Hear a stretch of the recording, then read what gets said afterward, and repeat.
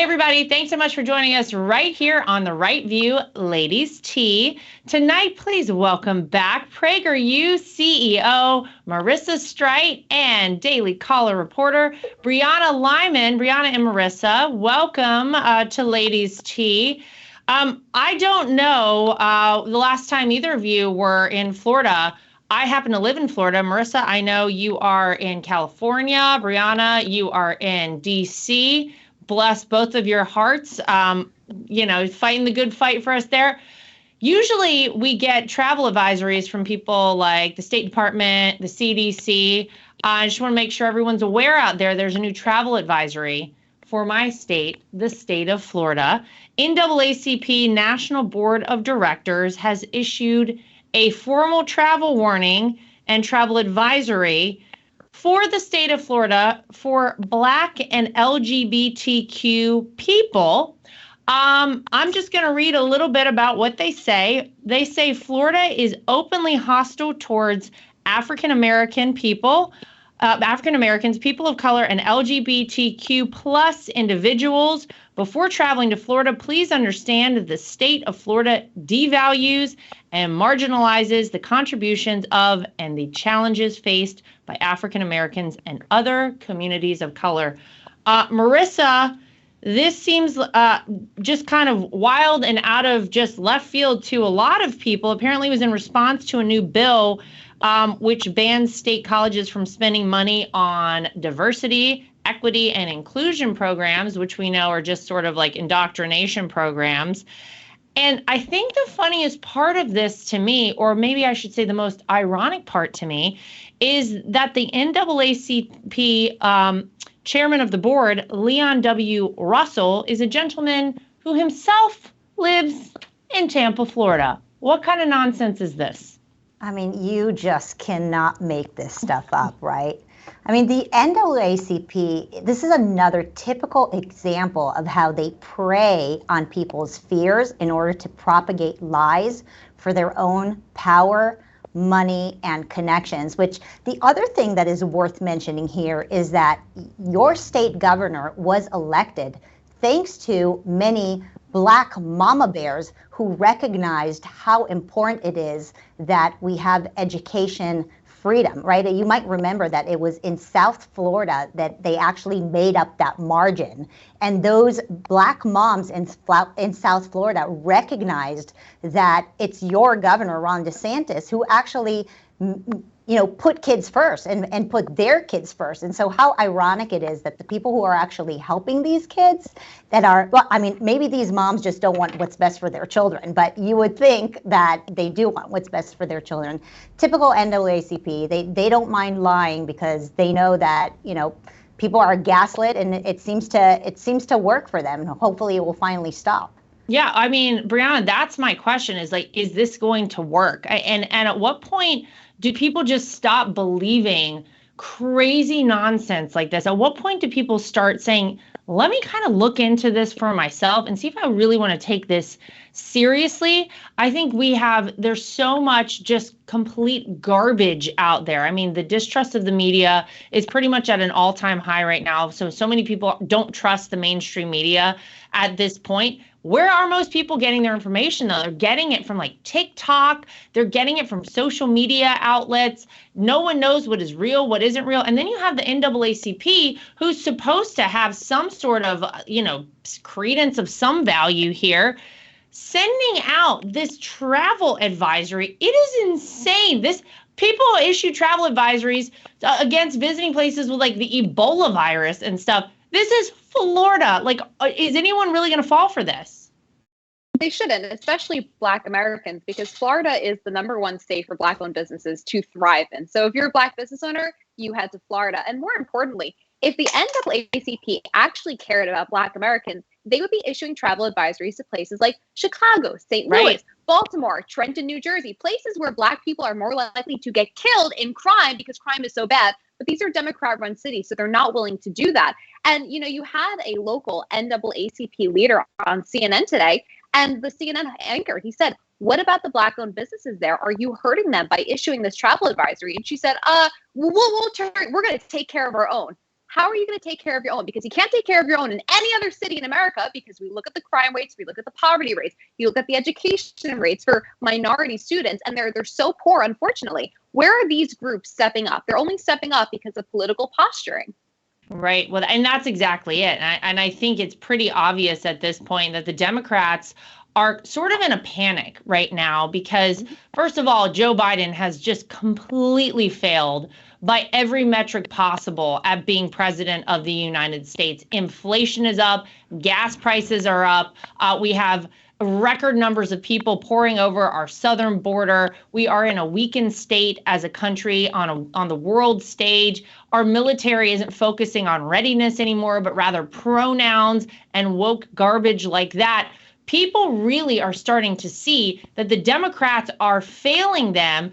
And the Democrats count pretty much on certain voting blocks across this country. And one of them is the black vote. And I really do think you're going to have a lot of people look. We know that Donald Trump got far more of the black vote in 2020 than in 2016. And it's because people are smart and people start realizing what works for them and what doesn't. And I really do believe that they're starting to panic right now that maybe this voting block is slipping away from them. So what do? You throw out some crazy thing like a travel advisory down here in the state of Florida. But I really think people like this woman who in Georgia is she's a Democrat and she's a state rep in Georgia, and her name is Misha Maynor. She has gotten a lot of pushback from the Democrat Party.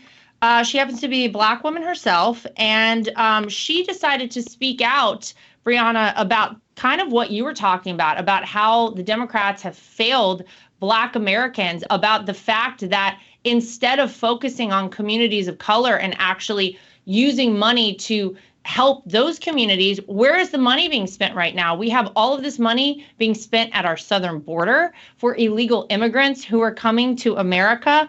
And it was pretty amazing. One of the things she said, Black Lives Matter, but do they? We'll send $1 million to the border for immigrants, but Black communities, not even a shout out. I think a lot of people sat up and listened to this woman, and the Democrats again panicked. And what did they do? They started offering $1,000 checks to anyone who would run against this woman in an upcoming election. To me, this just says they're getting very nervous about keeping people locked down in their party and making sure that they maintain their votes in any way they possibly can. Brianna, what do you think? Yeah, I think that'll be a very easy goal to accomplish when what they're doing is they target their voter base. So look at the literacy rates for children in Chicago, right? A Democrat-run city where the teachers union has a chokehold. In 2021, we're talking for math, science, English, less than 30% proficiency rate. When you put these children through the education system, when they fight school vouchers like what Donald Trump wanted when he was president, when they fight that, they are producing people who then enter the world at 18 years old, who can't, they don't have reading skills, they don't have math skills, but they go and vote for Democrats because they're being misled. So it's this whole system that feeds into one another. And when you have a Democrat speaking out about the ills of her party and they try to silence her, I think that speaks to the larger point. Democrats are not willing to face the problems within their party, and instead they'd rather silence them and have everybody follow like honestly a flock of sheep.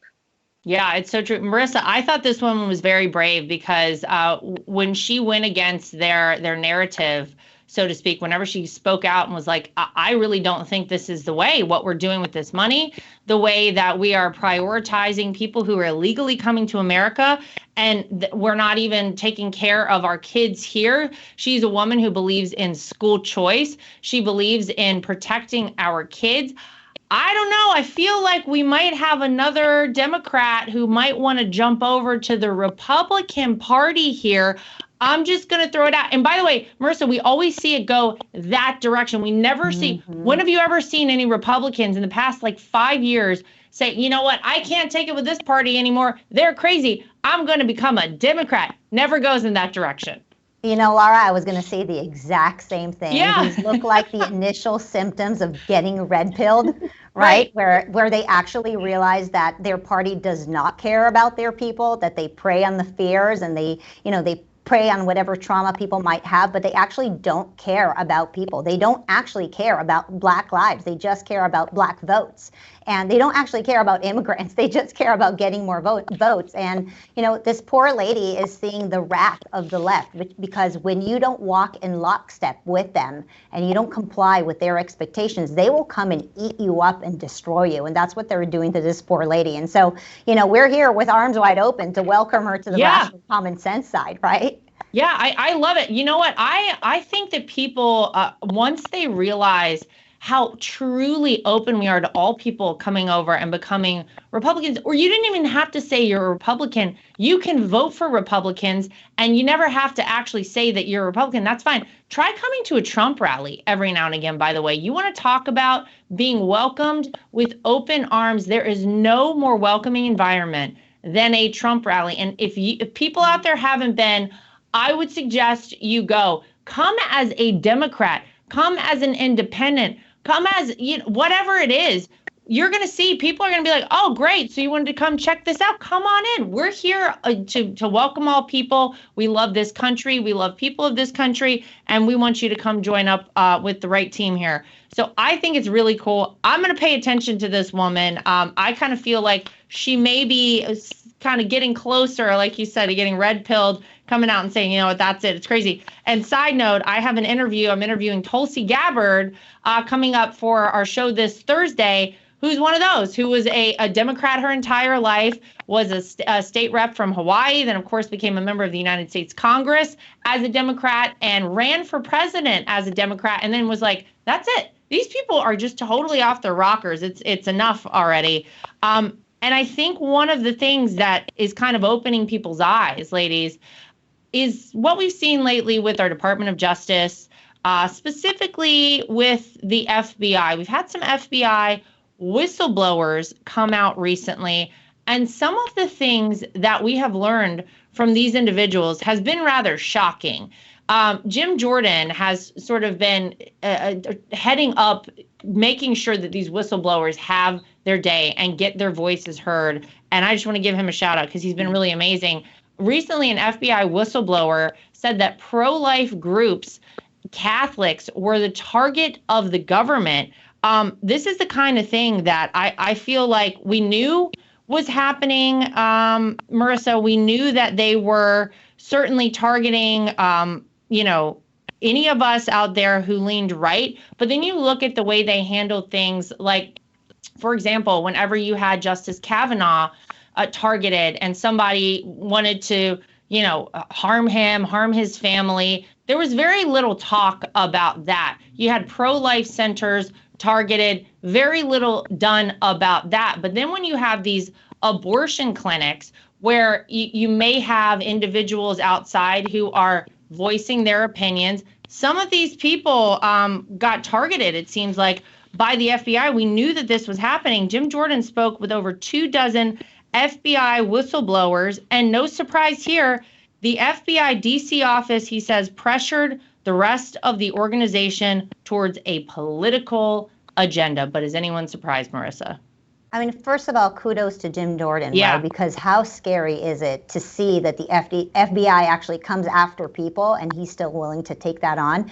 And I'll also add, which something that's super scary, is that they're actually seeing whistleblowers talk about the action that was taken by FBI members against school board parents who went and spoke against the lockdowns with the school boards. And how scary is that? The FBI would target American parents? I mean, that is so frightening. Really, Lara, I got to take a double take sometimes and ask myself, are we living in China or Iran or Russia? Or is this the United States of America? How is the FBI mobilized to actually target American citizens who are trying to do best for our kids, right? And for our communities? And then, of course, it's really frightening. And then whenever, Brianna, whenever any of us talked about this happening, because we all knew that this was happening, there was evidence of this happening months and months ago, we were called conspiracy theorists. People were like, that's crazy. They're not doing that. That's not real.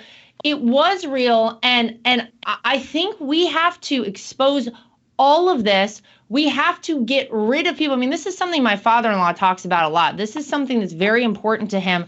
when you have a couple of bad apples running these major organizations that we rely on to keep our country safe, targeting American citizens, targeting, people who are conservatives and religious, and it's crazy. We were all called conspiracy theorists, but this all actually happened, and I think we need to have some action taken as a result of what we're learning right now.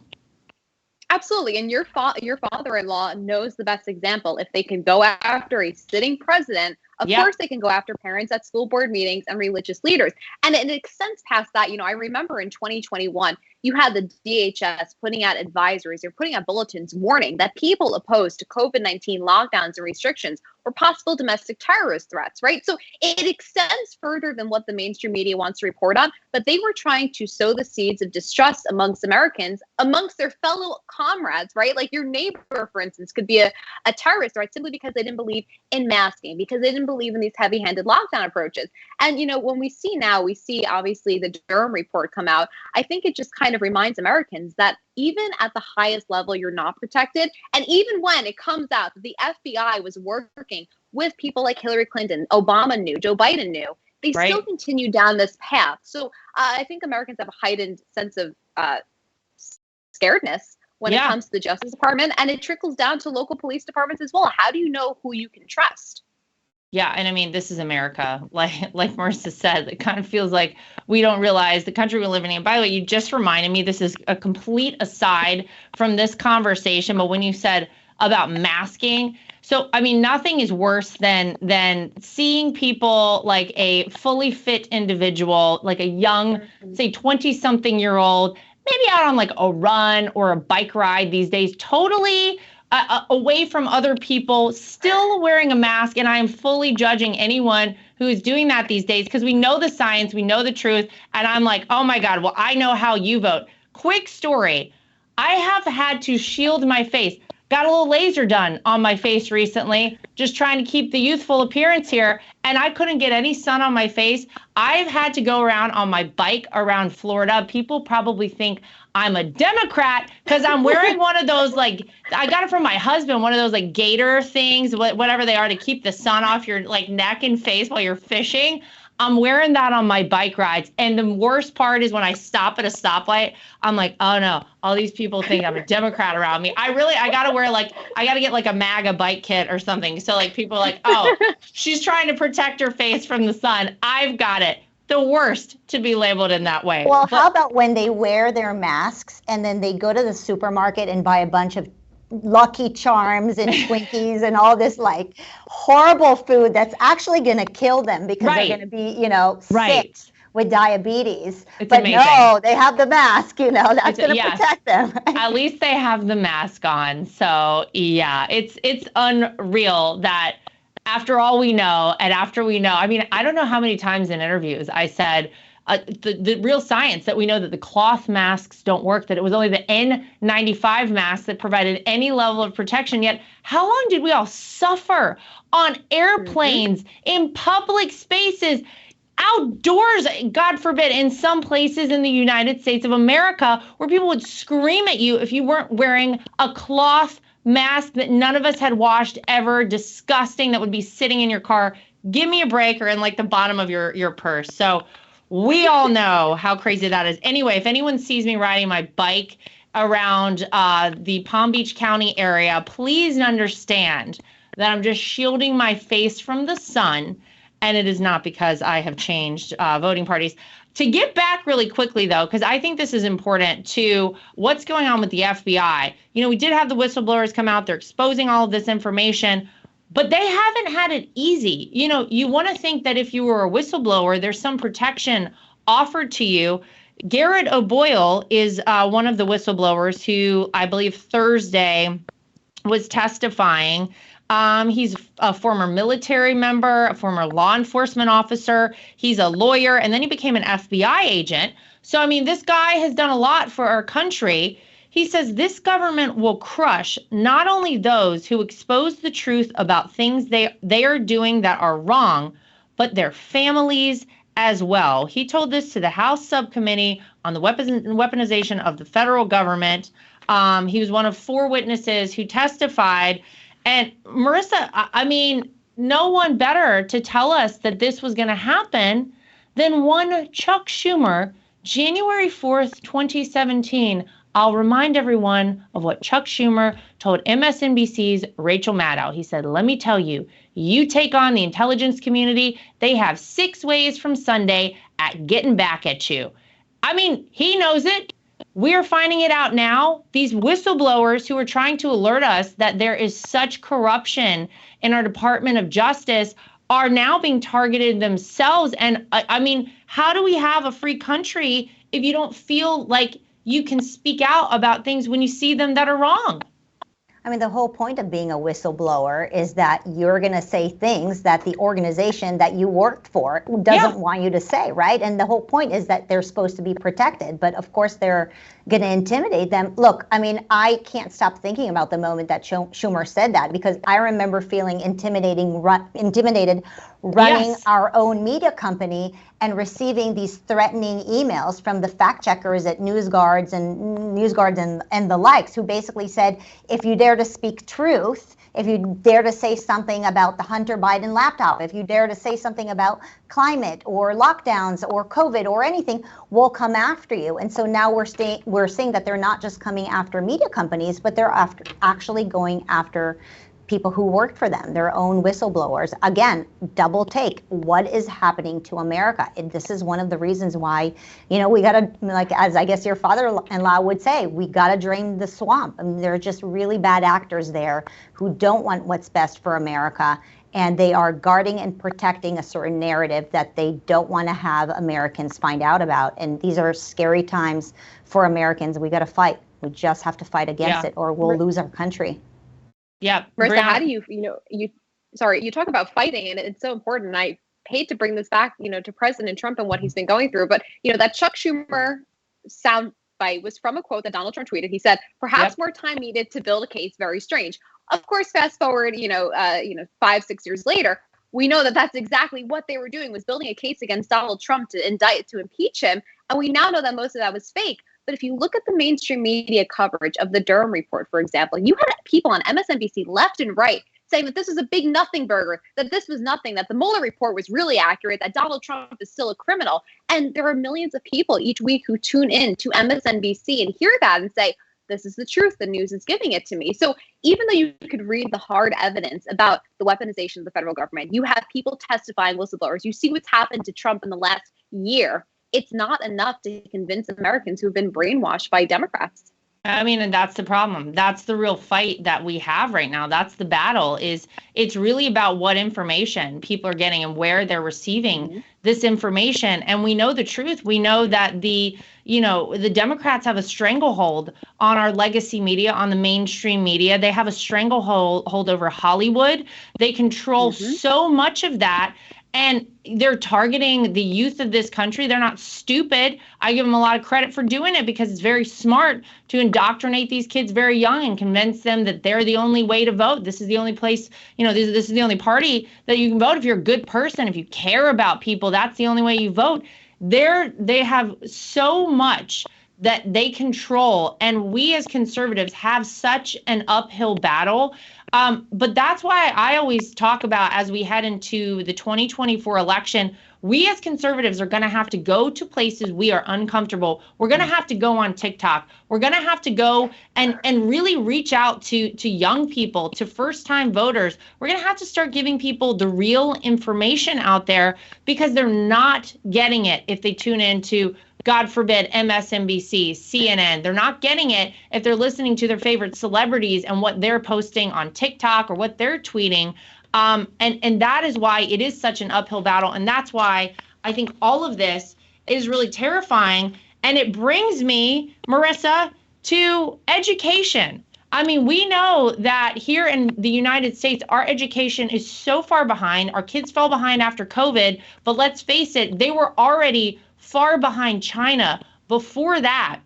We know that TikTok here in America is to, put out some videos of you twerking with your friends, get something real sexy on, you go out and you do your twerk video. China, we know that they're using it to educate their kids, to try to, get them to do things that are these big accolades they try and present on TikTok to them, get them to be better students, get them to be better pianists, get them to do things that are actually worth their time. And Marissa, you posted this video. It was China versus America in the classrooms. And I mean, China is using, please explain to people what's going on there. In China, they had these headbands that the kids were wearing in the classroom because those headbands would tell the teachers if the kids, for even like a second or two, stopped paying attention and stopped focusing on what was going on there in the classroom. I would love this for my husband to wear when we're going out to dinner, just saying. They got robots monitoring where the kids are at all times. They're sending information to the parents. Now, I mean, a lot of this seems a little invasive to me, but it just goes to show you, Marissa, how far out of their way China is going to prepare their students and really how sad it is for the kids here in America. I think we're talking about two different extremes, and they're both bad, right? Yes. So, there's China and their extreme where, they're over the top monitoring their citizens, yet they're very, very, very focused on making sure that their citizens are as efficient as possible, right? And they're not doing it in the right way, but they're very focused on actually raising their citizenship, right? And making sure that everybody's focused. They're using AI, they're using technology in order to catapult their students, where America is the other extreme. We're practically shooting ourselves in the foot by lowering standards every single year. I just saw a post on Parents, and Parents Magazine has a social media platform, and they're talking about how we should teach less math in school because kids don't really need that much math. They should learn more about gender equality. I mean, you just can't make this stuff up. And so we're actually going in such two extremes that I actually think we might end up meeting at the bottom. But, how dangerous it is that we know that there is a country that doesn't wish us best, right? They obviously wish us ill. They're raising their population to be as efficient as possible. And we're raising our population to be as inefficient as possible by sabotaging them, by taking away any sort of academia from their schools, by teaching them how to get confused about their own gender, to, hate one another and see each other through the lens of color. And, if China doesn't come after us, we're going to implode on our own by simply weakening our very own population. I mean, it is really scary. I got to ask, Brianna, give me your take on AI in general, because I find this absolutely terrifying, first of all. And I say all the time, sometimes I'll have to do some simple math, and, it's math that I need to write down. This isn't like 10 plus 5 or something. It's, some long form math. I make myself do it because I'm so scared that we're all so reliant on these phones that one day it's all gonna shut down and we're gonna be screwed. I dare anybody to read a map. Who knows how to read a map to get anywhere? I mean, God, I used to print out, to show y'all how old I am. I used to print out the map quests, turn by turn. Yeah. Oh my God. Remember. I'm going to go kill myself real quick. I used to print out the map quests, right? But I had a map on there. I could read it to some extent. People don't know how to spell. People don't know how to do any basic math. They can't follow a map. What is happening to us as a country? And then I'm terrified of AI in general. This is just, I feel like I saw that some kid wrote a graduation speech using a ChatGPT. Why even bother to do anything anymore? I mean, I'm sure everybody saw today what happened. You saw the Pentagon. Apparently there was a bomb at the Pentagon. The stock market temporarily dipped over a fake AI generated photo. And I mean, I saw that and I was like, oh my God, what's going on? Until I later realized this was fake. And like you said, with ChatGPT and AI and all this stuff, you have children who are now relying solely on these technologies to kind of push them through. And, we talk about TikTok before. Think about all the kids in school who don't care about their education because you can easily get famous on TikTok, like you said, twerking and doing all these things that don't count for anything. And I think it leads to the larger problem in that the United States has kind of tossed away meritocracy. right? We have taught people that we'll put affirmative action in place if you can't get a job. You're not smart enough, no problem, we'll lower our standards, right? And then they're being conditioned to believe that they will consistently just move the goalposts closer to them rather than pushing children and young adults to do better. Yeah, I mean, it is talk about the downfall of a society. And to get back to TikTok really quickly, Marissa, there was another video you posted. I've really been like following you very closely on Instagram, Marissa. I'm sure you're probably really freaked out right now. Don't put a restraining order on me. This was a TikTok video, I think, that went viral, and it was there were two teens in this video giving each other hormone shots. It was kind of hard to tell exactly who was what was going on.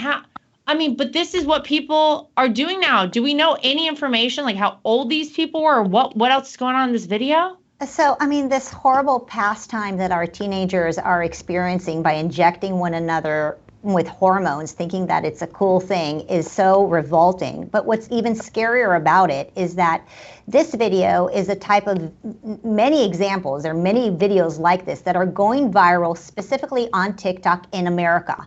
So you're not going to see this kind of video going viral in China. China loves the fact that these kinds of sick behaving videos are going viral in the United States, so young Americans engage in this kind of activity. And this is part of the reason why, you just saw the governor of Montana actually, and I don't know if it's the right thing to do or not the right thing to do, but he banned TikTok today in Montana because China is actively using TikTok to propagate this kind of information on our young Americans. And it's horrible because this should not be how Americans pass their time.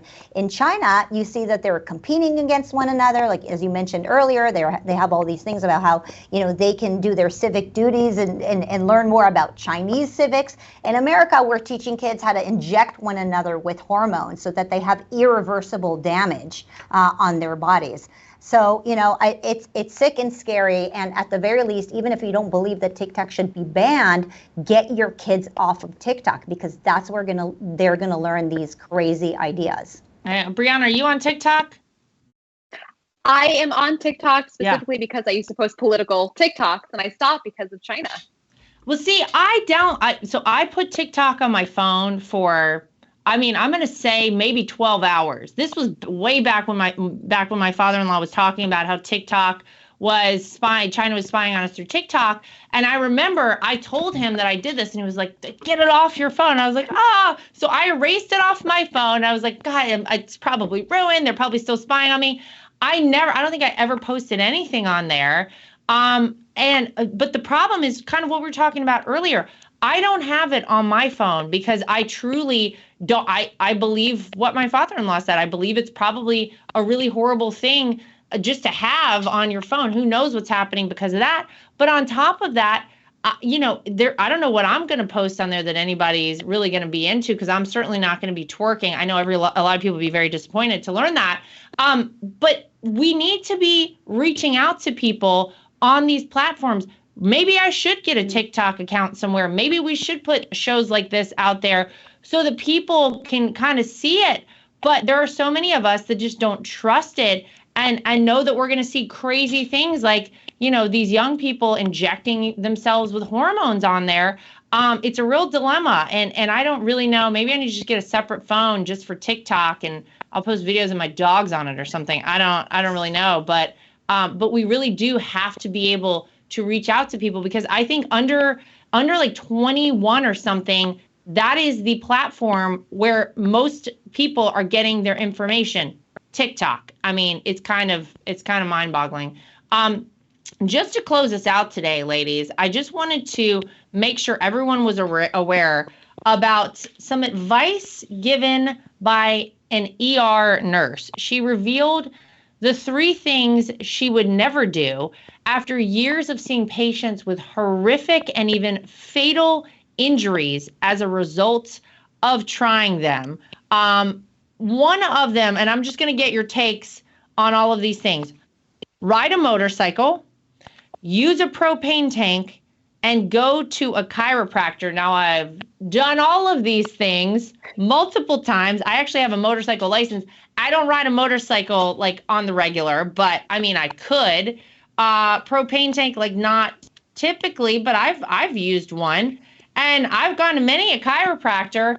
But here's the problem with these things. Apparently, you're 24 more times more likely to die if you are in an accident on a motorcycle than obviously just a regular motor vehicle. 1 in 37 million people, I guess, are dying from an explosion from the propane tank, but she's seen people who have been injured as a result of them, and it's pretty bad. And then I didn't even know this about the chiropractor, but apparently when you get adjusted, it can kind of release like blood in certain areas. And as a result of that, a blood clot could travel to your brain and you could have a stroke and die. And it actually happened to some social media influencers recently. So I'm just going to ask, Marissa, are you doing any of these things? And if you are you going to stop now? Well, I'll never go to a chiropractor, and I have nothing against them, but one of my really close friends experienced the exact same thing. She had a neck adjustment, and 3 days later, she had a stroke. So I actually have a personal experience with that one. But I guess, add to the list of things I'll never do. I'll never move to New York. Now they're banning meat over there, or they're not going to ban meat, but they're apparently going to spy on what kind of meat consumption you have there. So, I mean, I think whatever industry you're in, you start picking and finding all kinds of things that can scare you. And at the end of the day, we do need to live our lives and can't live walking around in fear. So, I understand her list, and I'm sure you'll speak to other doctors and they'll have their list. And, I think we just need to keep our chin up and try to be positive about we live in the greatest country on God's green earth. We still have so many opportunities. And, my bigger fear is the left taking over our country and losing all our freedoms. I'm more afraid of that than any propane tank or any chiropractor. So how about that one? Well, I'll say, I obviously I live in Florida. We don't have helmet laws down here in Florida. And nothing is crazier to me, Brianna, than I'm on like I-95. I mean, people are really trucking in Florida on 95. Don't kid yourself. The speed limit may say 65. If you're not going at least 80, people are flying past you. And then there are people I see with no helmets on these motorcycles.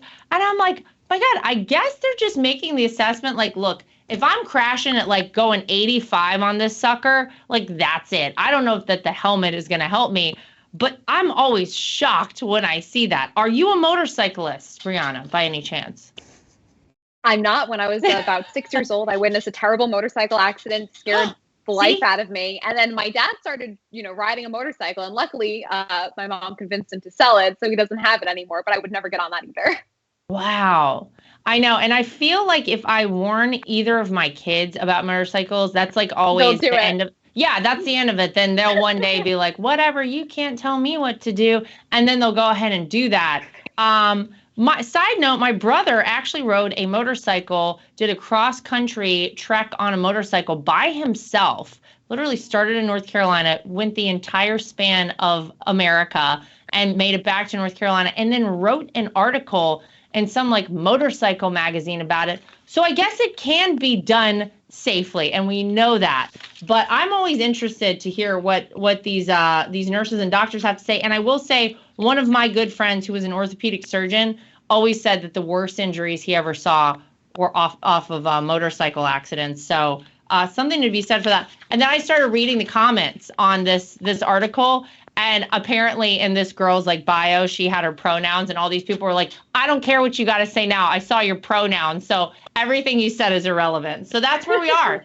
That's where we are today in America. It's a little crazy. But I want to say, Marissa and Brianna, thank you to both of you for joining us here on The Right View, Ladies Tea. To everybody at home, as always, make sure you like, subscribe, share, and follow. And that'll do it for us for this episode. We'll see you back here next time for more of The Right View.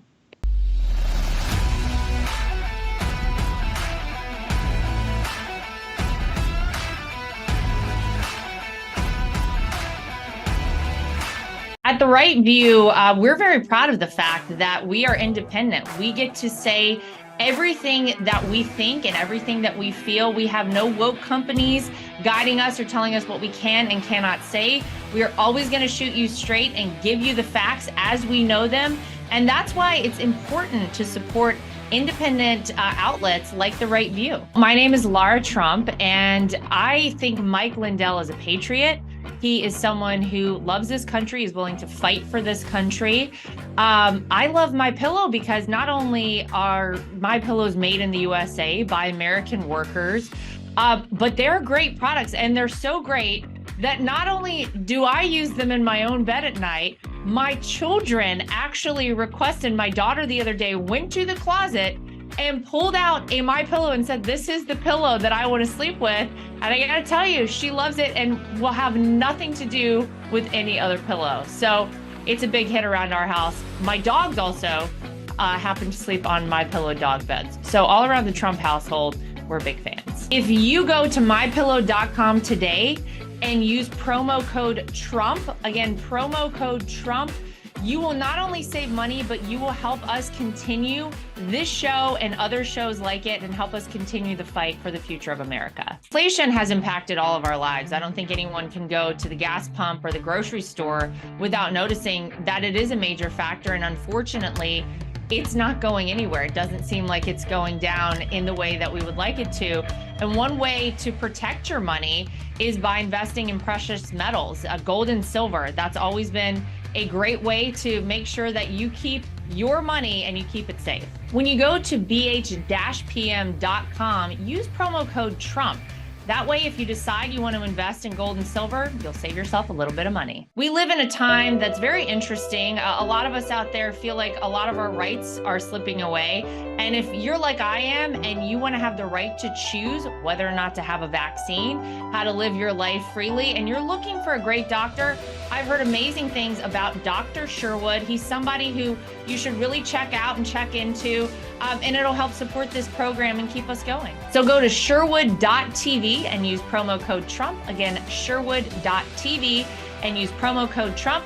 You can save yourself some money and help us keep our program going. So I'm like a lot of people. I love to wear an Apple Watch, but I hate how it looks. And I scoured the internet to search for the best looking Apple Watch cases I could find, and I found it. goldandcherry.com.